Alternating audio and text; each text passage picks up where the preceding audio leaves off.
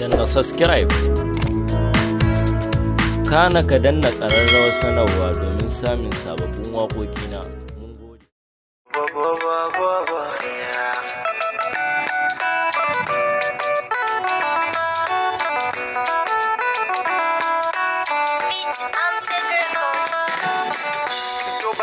Farkon zance da karshen sadaka akan soyayya, na san wuyar so na san dadin sabota ya zai juya. Akwai labari dole in yi gyaran murya, yanda zance sai ka zuba a tsara bisa tarbiyya. Yau da gobe gonar ila wucewa ya san ta gaba daya.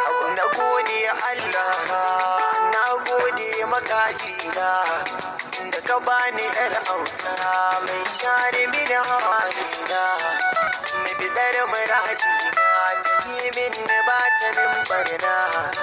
Da akwai gaban kauna ke zaki boye sirrina, ni ba za na taka ba ramin budiddiki da wuce gaskiya. Kin ji kanwata kaunar kina cikin raina, kuma ba za na daina ba har abada da ke mu zamo jini daya. Kin ji kanwata, kin ji kaunar kina cikin raina, kin ji kuma ba za na daina ba har abada da ke mu zamo jini daya. Na tuna da ke a koda yaushe sai in ji sanyi, kafin ki ce in aikata ko mene na yi.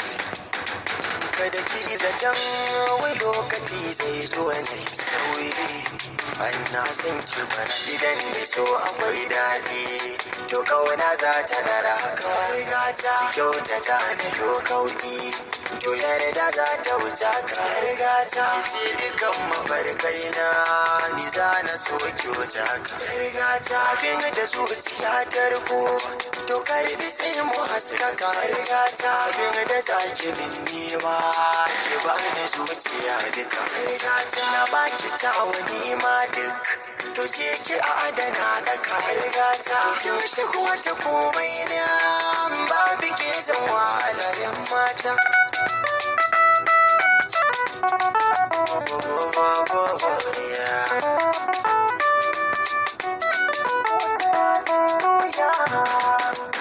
Kin ji kanwata kaunar gina cikin raina, kuma ba za na daina ba har abada da ke mu zamo jini daya.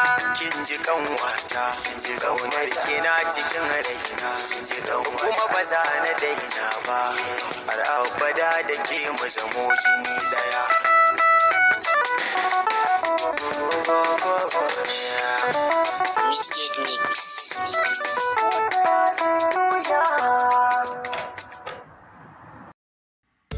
Danna subscribe